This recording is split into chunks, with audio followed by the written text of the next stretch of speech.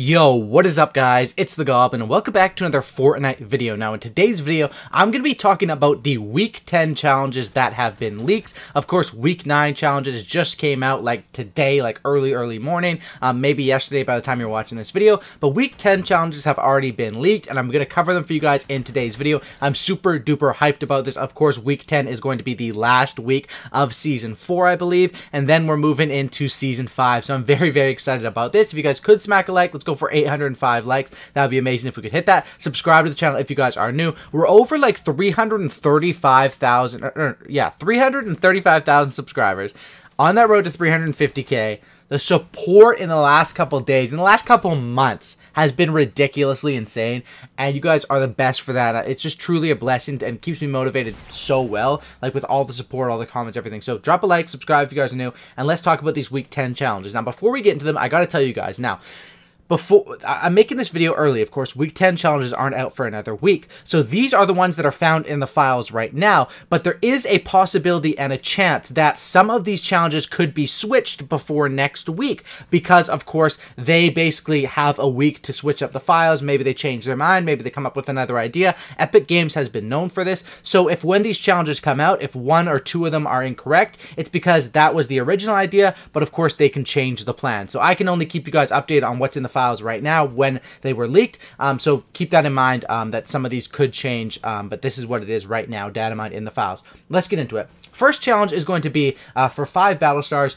to deal damage to opponent structures, and this is to deal 5,000 damage. Now this is probably a very easy challenge. To be honest, it's kind of a weird challenge because you have to do 5,000 damage to opponent structures. This is kind of easy if you make it to late game. Even if you make it to early game, just spray at their bases, and this probably could be an annoying thing because it means more people are going to be spraying at other people's bases, but spraying at people's walls, you can get 5,000 damage. While it seems like a lot, it can be done fairly quickly, especially if you have rocket launchers. If you're late game, you're shooting down people's bases, this can be done in just a couple of matches. Of course, it does sound intimidating, 5,000 damage, but the fact is you don't have to hit people, you're just hitting walls, and if you can't hit a wall, you got to work on your accuracy a little bit, right? So 5,000 damage to opponent structures, that is the first challenge of the week. Next one is going to be to search a chest, ammo box, and a supply drop in a single match. So this one is the chest, easy, right? You should be opening a chest every single match. Supply or ammo crate, you should be opening an ammo box every single match as well. Where this gets interesting is the supply drop. You have to complete all 3 in a match. So basically, you're going to be doing those 2 almost every single match. It's going to come down to that supply drop, right? And my tips for finding supply drops are you want to stay towards the middle area of zones. That's where I find that they can be. They're either on the middle or usually they're around the middle sort of area. If you can get to the middle area of zones, and basically when the storm's moving in, every time the storm switches up, look up in the sky and you'll see a couple of them dropping in. Make your way over to them, set up a 1 by 1 about 2 or 3 stories up, and then wait for the supply drop to come down. Of course, a lot of people are going to be going for that to try to complete that challenge, but that's what I can give you guys as far as tips for that. It's going to be basically to open a supply drop. We had similar ones like this before, and that's what it's going to be. Next challenge is going to be to search chests in Junction. Now, every single week, we have the challenge to search for 7 chests in a single location, of course. This week, it is going to be Junction. Now, I don't know what their obsession has been with Junction lately, but it's been crazy. That's where the Battle Star was last week, and now you have to go there to search 7 chests. So, of course, we all know how this challenge goes. It's probably one of the most frustrating ones in the game because it's not hard to do, but it's just annoying because everyone's going to go there right when the challenges go live. So what I have for you guys, I'll throw it up on the screen right now. This is a map of all the chests at Junction. Now, as you guys can see, this one's kind of weird because they're pretty evenly spread out. And usually what you want to do to complete these challenges, you want to go to the area where less people are going to go. In my opinion, it's probably going to be that left side where you can get those 2 chests. That's probably going to be the best area to go if it is super packed in Junction. There is a total of around 10 chests there, something like that. I think it is 10 exactly chests there. So not too many to get there. But of course, remember, this is 7 chests that you can get over the course of multiple games. So I would say probably land to that left side, get 1 to 2 chests a game, rinse and repeat, and then eventually you'll be able to beat that challenge. But the best tip to complete this is you have to focus on your drops. If you guys remember a couple weeks ago for week 7 for going for the blockbuster, it was all about who can get the drop first and get to the chest, and that's very, very key. So if you want to get prepared for this challenge, you can practice your drops to Junction. Junction is actually a really good place to land if you just want to play for wins, and then hey, you could, if you practice now, you'll be ready for it next week when this challenge is out. That's basically what it's going to be for the searching the chest one. Next challenge is going to be to skydive through floating rings, and this is 10 floating rings. Now, if you remember back to last season, basically what this means is when you jump out of the battle bus, there's going to be these rings all over the sky, right? And all you have to do is simply position your body and glide right through those. You can either glide, you can skydive right through those, and it will count. And you have to do that 10 times. Now, the reason why I think this challenge won't be changed, I mean, there's a possibility that this one could be changed before next week.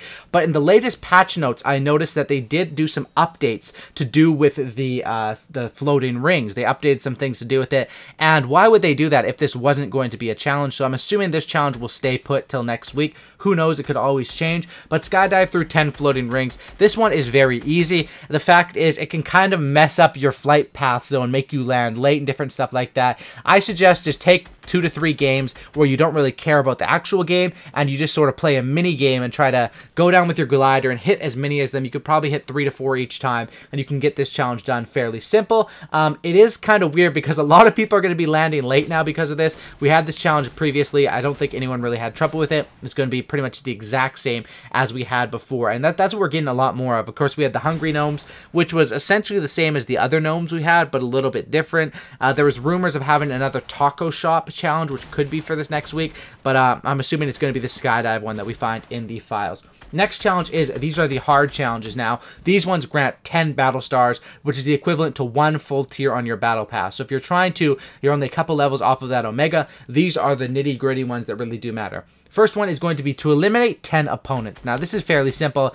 You just have to get 10 kills, and there's no time limit to this. There's no game limit, so it doesn't matter your skill level. However long it takes you to get 10 kills, it'll take to get 10 kills. My suggestion, if you really want the fastest way to get this done, is going to be pretty obvious. You go to the areas where most people are going to be, which would probably be Tilted Towers, Junction because of the challenges, or even the next challenge is to eliminate opponents in Fatal Fields. Now, this one we had for this week as Anarchy Acres. Now it's Fatal Fields, basically the same thing on the other side of the map. They're not really being too creative after the blockbuster for these last week 8, 9, and 10 challenges. They haven't been as creative, but I'm sure in Season 5 for the first weeks, like the first 7-week challenges are going to be super creative and super awesome because Epic Games is known for that. But basically, you have to eliminate 3 opponents in Fatal Fields, right? So why don't you double it up? You go Fatal Fields, you get those kills that count for your challenge to eliminate in Fatal Fields, but they also count towards your 10 opponent eliminations for the other challenge. So you're basically getting a